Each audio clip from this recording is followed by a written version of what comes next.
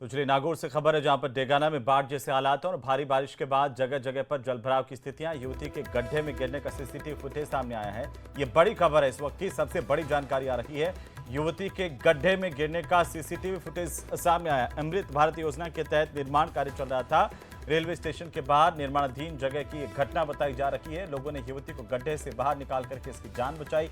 शहर में कई जगहों पर जलभराव की स्थितियां हैं जहां लोगों को आवागमन में भारी दिक्कतें परेशानी हो रही है।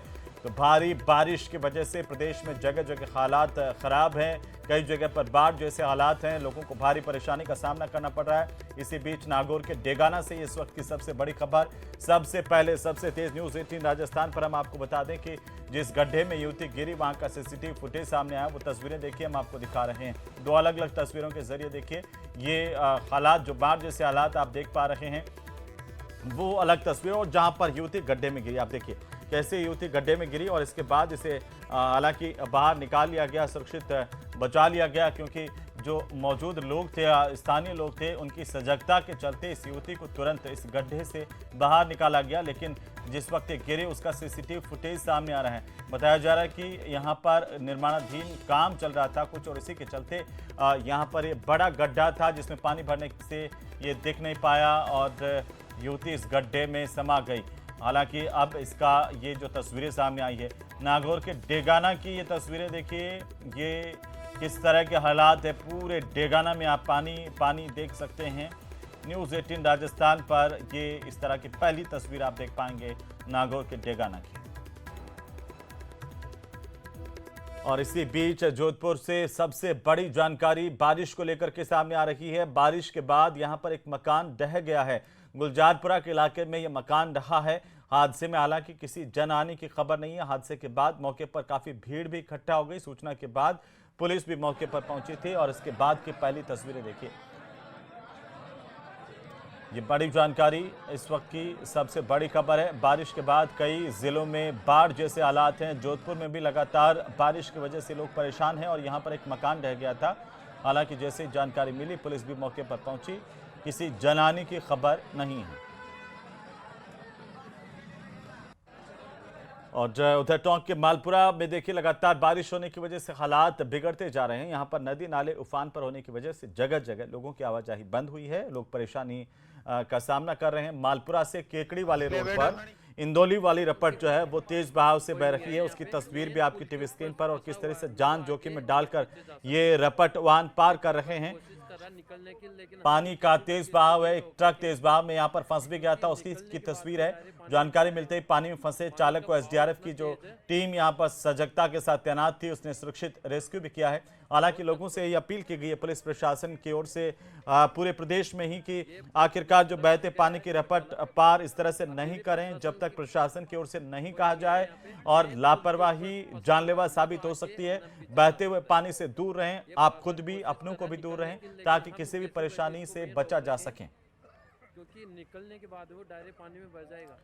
तो मालपुरा में भी लगातार बारिश के बाद टोडी सागर बांध दूसरी साल ओवरफ्लो हुआ है। टोडी सागर बांध पिछली बार भी ओवरफ्लो हो गया था। ये तस्वीर और आपकी टीवी स्क्रीन पर जहां पानी की तेज आवक के चलते 3 फीट की चादर चल रही है।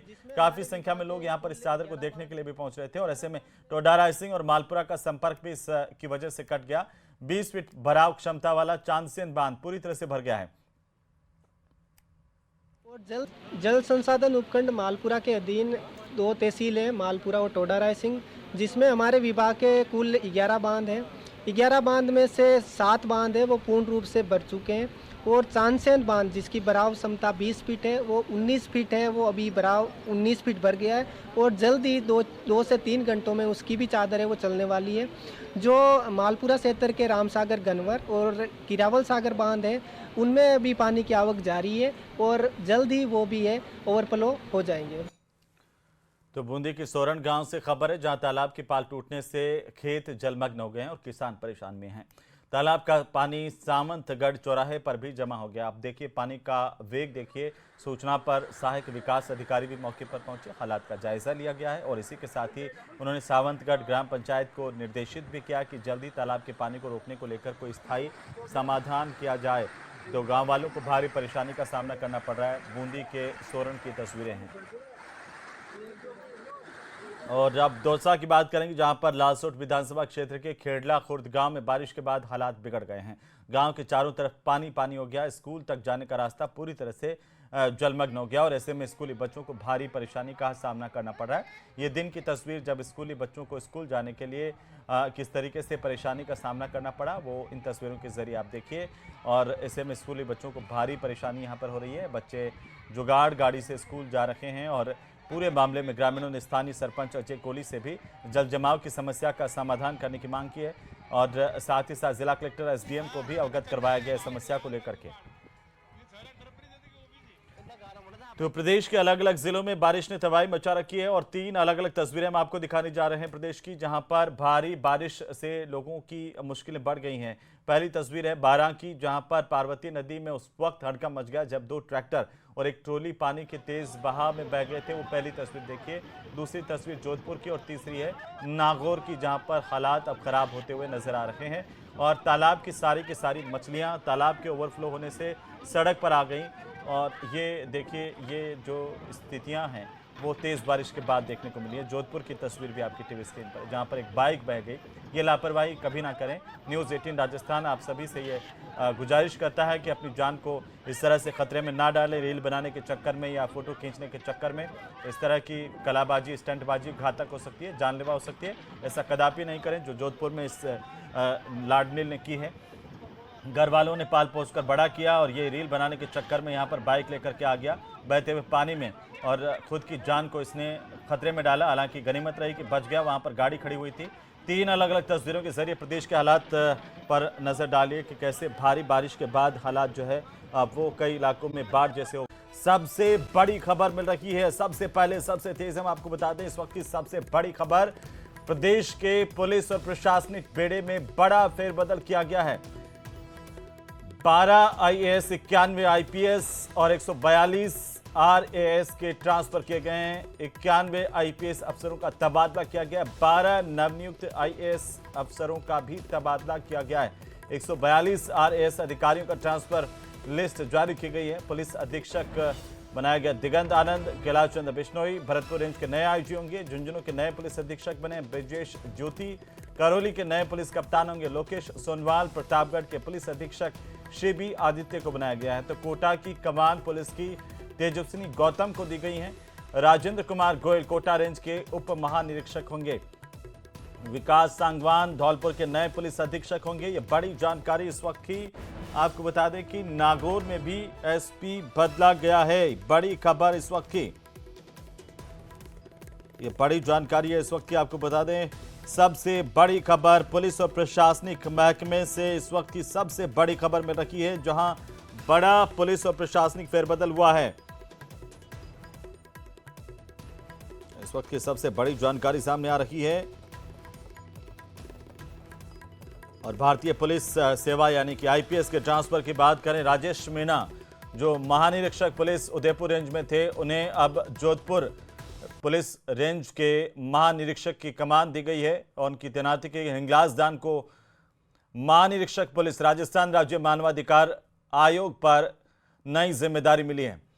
तो साथ ही रविदत्त गौड़ को पुलिस रेंज कोटा से महानिरीक्षक पुलिस मुख्यालय जयपुर की कमान दी गई है।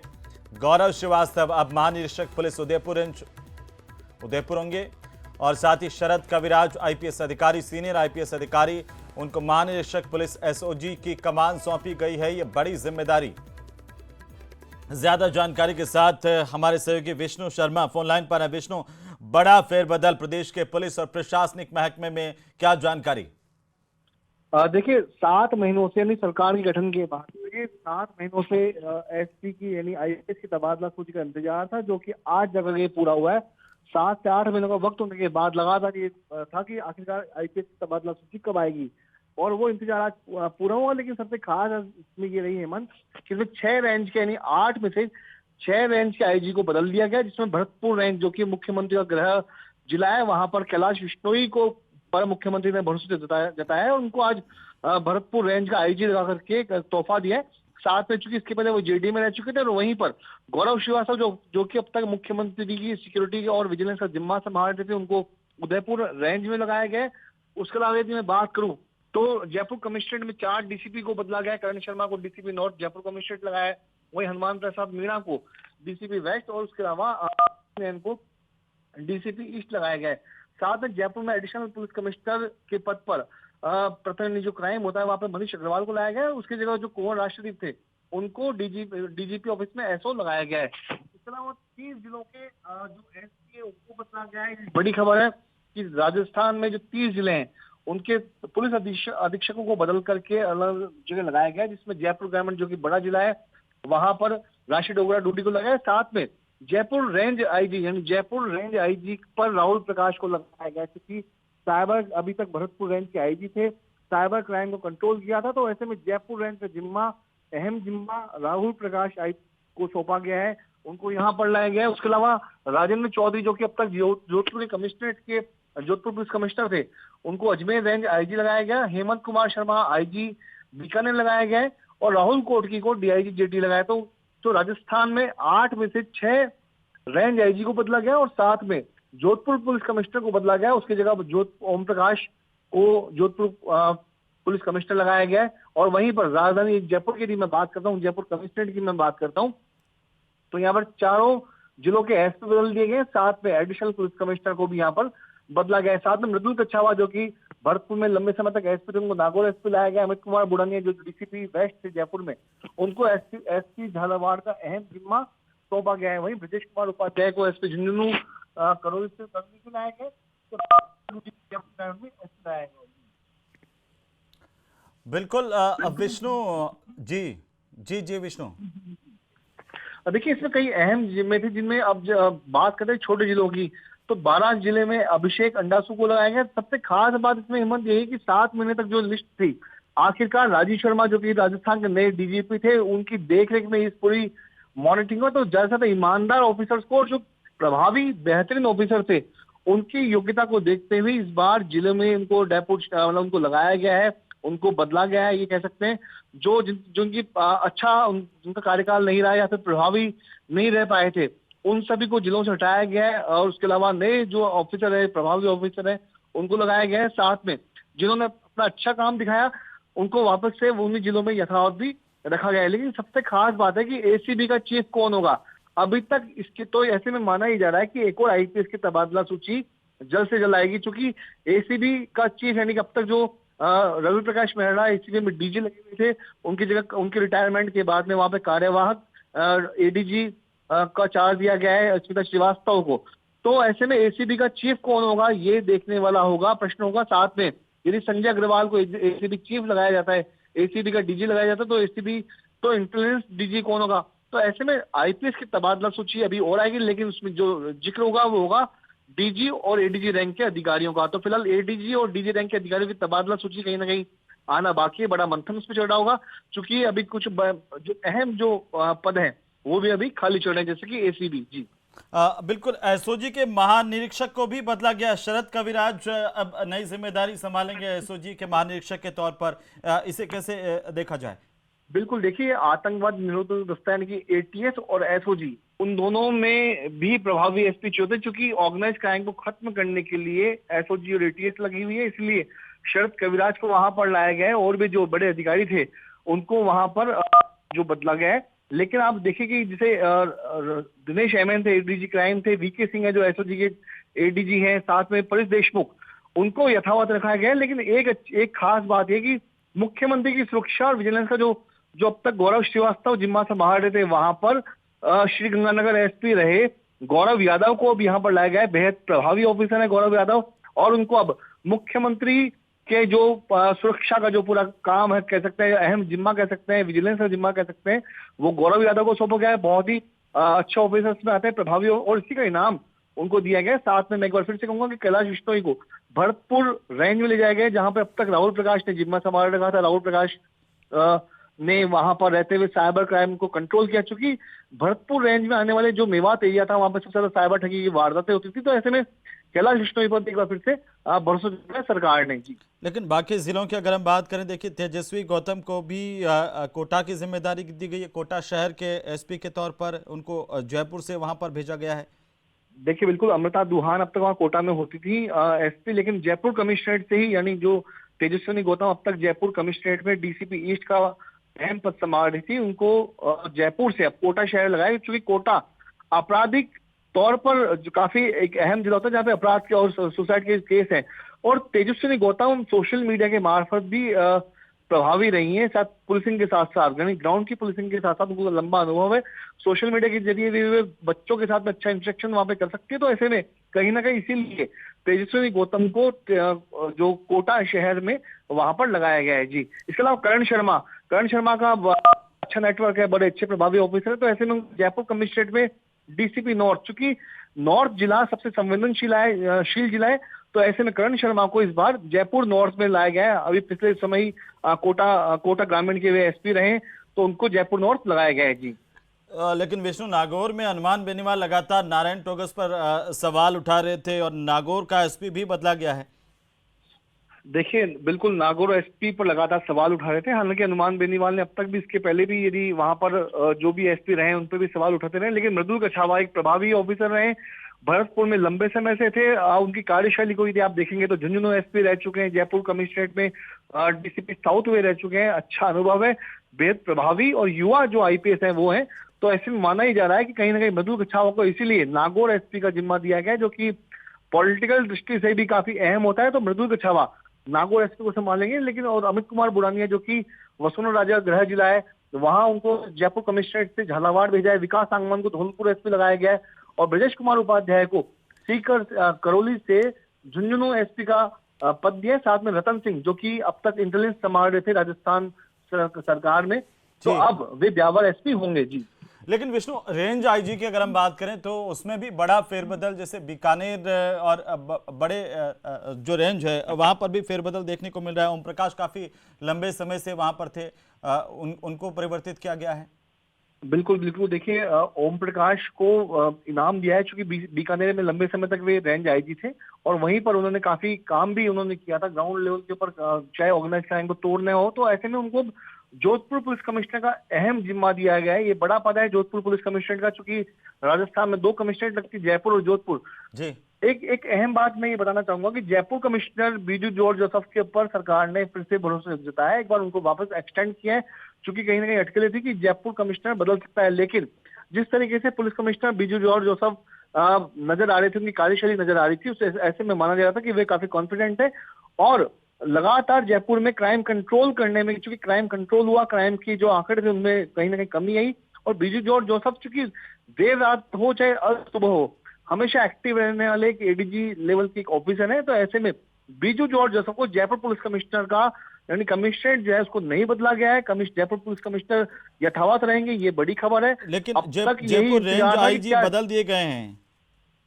बिल्कुल, जयपुर रेंज आईजी पे राहुल प्रकाश को लाया गया है। मैं उनके बारे में बता रहा था कि भरतपुर में रहते हुए, चूंकि मुख्यमंत्री का गृह जिला था, काफी बड़ी रेंज आती जिसमें सवाई माधोपुर, करौली, उन्नाव, डीग, कई अहम जिले हैं। तो ऐसे में कैलाश विश्नोई को जेडीए से अब रेंज आईजी भरतपुर लगाया गया है। वहीं पर राहुल प्रकाश को अब एक बार फिर से जयपुर रेंज आईजी लगाया, जिसमें दौसा, झुंझुनू, अलवर कई बड़े जिले आते हैं। और तो बड़ा जो फेरबदल है इस बार आईपीएस की तबादला सूची में इस बार देखने को मिला है। विष्णु, काफी चर्चित आईपीएस ऑफिसर हैं अजयपाल लांबा, उनको एसीआरबी महानिरीक्षक के तौर पर नई जिम्मेदारी, किस तरीके से इसे देखेंगे? देखिए, माना यही जा सकता है कि अजयपाल लांबा जो अब तक थे, कभी जयपुर में एडिशनल पुलिस कमिश्नर थे, उसके अलावा वे उदयपुर में एसपी रहे, रेंज आईजी भी वे उदयपुर में रहे, उसके अलावा जयपुर रेंज में आईजी रहे। लेकिन अब पहली बार है कि उनको ट्रैक से उतार के, जो मुख्य जो ग्राउंड का जो पुलिसिंग होता है वहां से उतार के उनको एसटीआरबी में उनको लाया गया है। अब कहीं ना कहीं क्या उसके पीछे वजह रही तो सरकार और उसकी वजह जाने, लेकिन अब तक वे फील्ड में नजर आते रहे हैं। लेकिन पहली बार उनको एसटीआरबी, जहां पर आंकड़े इकट्ठे करने का काम जो है वो अजयपाल लांबा का रहेगा। तो एक तरह से कह सकते हैं कि वे खुश भी नहीं होंगे इस पोस्ट की से, लेकिन कहीं ना कहीं यही है कि उनको भेजा गया है जी। आईजी की अगर बात करें तो बड़े चर्चित नाम हैं इस लिस्ट में। शरद कविराज हुए, विकास कुमार हुए, अंशुमन भौमिया हुए, ये ऐसे कुछ चर्चित नाम जी। हेमंत, देखिए इसमें जो शरद कविराज है वे अब तक टेक्निकली वे साउंड रहे, हमेशा वे अक्सर टेक्निकल जो जुड़ी हुई जो ब्रांचें हैं वहां पे वो हमेशा रहे हैं। लेकिन पहली अब लंबे समय बाद शरद कविराज को एसओजी में आईजी लगाया गया है। अब तक वे आईजी टेक्निकल और जो कम्युनिकेशन है वहां पर रहते थे। कई नवाचार शरद कविराज ने पुलिस मुख्यालय में टेक्निकल ब्रांच में रहते हुए, कम्युनिकेशन ब्रांच में रहते हुए किए हैं, लेकिन अब उन्हें वापस से पीएचक्यू से बाहर निकाल करके अब उन्हें एसओजी में आईजी के पद पर लाया गया है। और वहीं विकास कुमार जो कि जोधपुर रेंज के आईजी थे, काफी उनके अच्छा वापस काम से कर रहे एक थे, बार फिर उन्होंने से- बड़ी कार्रवाइयां की है जोधपुर में विकास कुमार ने रहते हुए। बिल्कुल बिल्कुल, देखिए एक बार फिर से, लेकिन जोधपुर रेंज से उनको हटा करके एटीएस में आईजी लगाया गया है। क्योंकि एटीएस आतंकवादी निरोधक दस्ता है, ऑर्गेनाइज क्राइम की कमर को तोड़ने के लिए जो एक प्रभावी जो ऑफिसर चाहिए होता है, तो ऐसे में उनको एटीएस का आईजी लगा करके यहाँ पर भेजा गया है। क्योंकि एडीजी के बाद जो बड़ी जो पद होता है वो आईजी एटीएस का होता है, जिसमें विकास कुमार को जोधपुर रेंज से अब आईजी एटीएस लगाया गया है। और यहाँ संभवतः एक बार फिर से वे रह करके जो बड़े ऑर्गेनाइज क्राइम में, चाहे किसी भी तरीके के गैंगस्टर हो, माफिया हो, उनकी कमर तोड़ने का काम जो है विकास कुमार कर सकते हैं। जी, जैसे आपने जिक्र किया था गौरव श्रीवास्तव का, उनको मुख्यमंत्री सुरक्षा और मुख्यमंत्री सतर्कता के महानिरीक्षक की जिम्मेदारी से क्या इसे अहम मानेंगे कि उदयपुर रेंज की कमान उन्हें दी गई है आईजी के तौर पर? और देखिए उदयपुर रेंज आईजी जय मान सकते हैं कि बड़ी रेंज है, बड़ा उसका नाम होता है। और कई सीनियर जो ऑफिसर होते हैं उनको रेंज आईजी उदयपुर लगाया जाता है। इसके पहले प्रफुल्ल कुमार उदयपुर रेंज के आईजी रहे, जबकि कन्हैयालाल हत्याकांड हुआ था, बेहद टफ हो गया था वहां का जिला। और वो रेंज जो है, चूंकि बॉर्डर कुछ आदिवासी इलाके भी, डूंगरपुर है, बांसवाड़ा कह सकते हैं, वे सभी उदयपुर रेंज में आती है। तो सभी समीकरणों को साधते हुए इस बार गौरव श्रीवास्तव को वहां पर भेजा गया है। चूंकि उदयपुर काफी सेंसिटिव शहर, हालांकि बहुत खूबसूरत शहर है पुलिस क्राइम की दृष्टि से भी, लेकिन अब जिस तरह के क्राइम वहां बढ़ने लगे हैं उसको देखते हुए या फिर आज